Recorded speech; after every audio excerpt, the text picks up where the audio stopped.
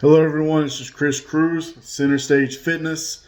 Been a coach for 15 plus years, bodybuilding, transformation, lifestyle, you name it. I want to start doing these videos, um, these long form videos, just answering a lot of frequently asked questions, a lot of questions I get from clients, people online, social media stuff. So we can help maybe give you a better understanding of um, of what it is I do, how I can help you, and just stuff to help get you over plateaus and just answer pretty common questions. So let's start with the first one.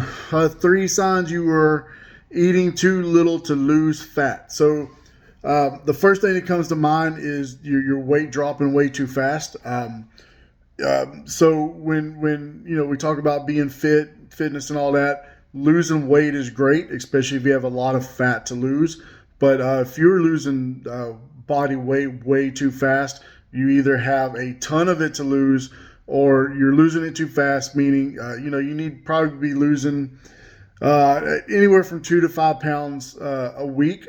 Yes, sometimes you're going to get 10 or 15, but in my opinion, that's still going to be way too fast. I always go back and talk to clients. You remember the old the Biggest Loser show? Like the first week they would lose like 10, 15 pounds, and sometimes they would lose more. Well, they they were there just to lose weight as a weight contest, and that's really great, like I said, and all. But if you're losing weight too fast, then 9 times out of 10 you're also losing a lot of muscle mass fast, and in the long run that is not good, because once you get down to a certain skinnier body weight, you're probably going to have a lot of loose skin. And even if you don't have the loose skin, you're probably not going to look the way you want to look. You're not going to look fit and toned and all that stuff, because you've been burning muscle mass at the same time.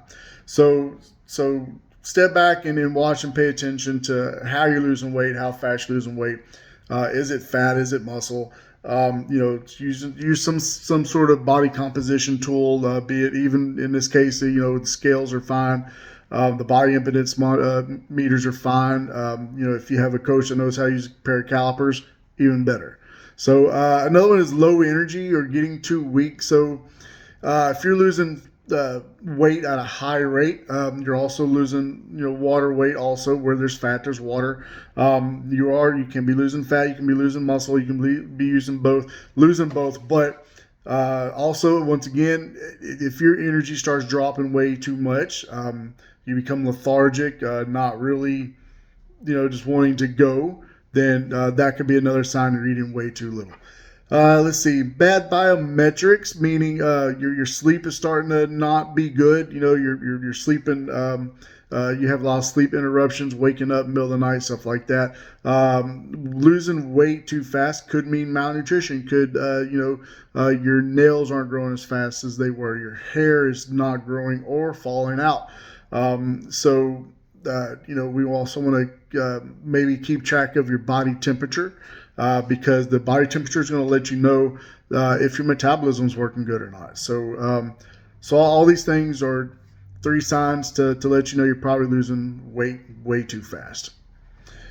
Let's see. What would I do if I had to start my fitness journey over? Well, first and foremost, I you know I would say make sure your life plan is in order. That your life plan complements your fitness, your long term fitness, because if you, and not that it can't be done, but like if you're in the middle of this, let's say for a bodybuilding show, you definitely want to make sure the next 16 to 20 weeks is clear of vacations and other things, because you really want to focus on bringing the best body to the stage. But when we're talking about like transformation, weight loss, those things, a lot of people need to do this for the rest of their life. So when we talk about life plan, are you fixed to have kids soon, and all, just life things, really getting married, having kids, all those things. So what you want to do is keep that in perspective. Uh, you know, Having kids, having a family, it can still be done. it just takes a lot more planning, right? So so that's pretty much the only things I would consider. If restarting or beginning any type of like a contest prep or a transformation, just think about the future and how that's going to affect your current daily life. Because being able to prep food today, one kid later is not going to be the same. So yeah. All right, let's look at how long it really takes to prep for a bodybuilding show. This is a really long-winded question. You could, or answer, I should say, it depends on the person. Nobody's the same. Is it your first show? Is it your 10th show? Once you become a competitor and been competing, you should stay relatively close to show condition, what I like to call photo shoot ready. If you are handling your off-season business, and some people need to grow more, so they're going to put on a little bit more fat. Some people are really good where they're at, so they need to put on just enough fat to not be losing muscle in their off season and stay within striking distance of a show. So those are kind of important things. If you're way overweight, we could be talking a year to prepare for a show. So the main thing is that you pick a date and you assess where you're at. And you get with a coach that says, okay, this is the timeline, right? Because you don't want to start a show 16 weeks out and you're 20 weeks out. Because first and foremost, that means you're going to have to start off the bat 20 or more weeks out. You're going to have to start off the bat making harsh changes to start making the body start changing. And you really don't want to do that, because then what that starts doing is that starts pressuring your body, and it can make your body fight back on you. So and then you lose a week of your metabolism crashing, or just a week of being really weak and burned out and all those things. So you really need to assess where you're at before you just go to a coach and say, hey, I signed up for a show 12 weeks out, and really you're 16 to 20 weeks out from the show. So because then that coach has to create a miracle, or a smart coach will tell you, no, that's not the show for you.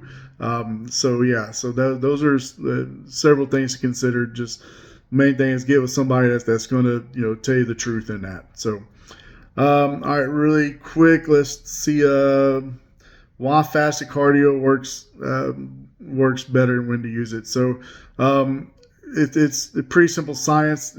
Science, everybody wants to say science. Oh, well, it's all calories in versus calories out. Doesn't really matter. Well, science also says that when your blood sugar is at a normal level or a fasted level, which is, it could be anywhere from 60 to 80 blood sugar level, in that state, and you're doing slow, steady state cardio, that your body is going to, after 10 or 15 minutes, go straight into using stored body fat for energy, because it doesn't want to lower your blood sugar anymore and put you in a hypoglycemic situation. So fasted cardio is always the best and is always king. I really don't care what anybody else tells you.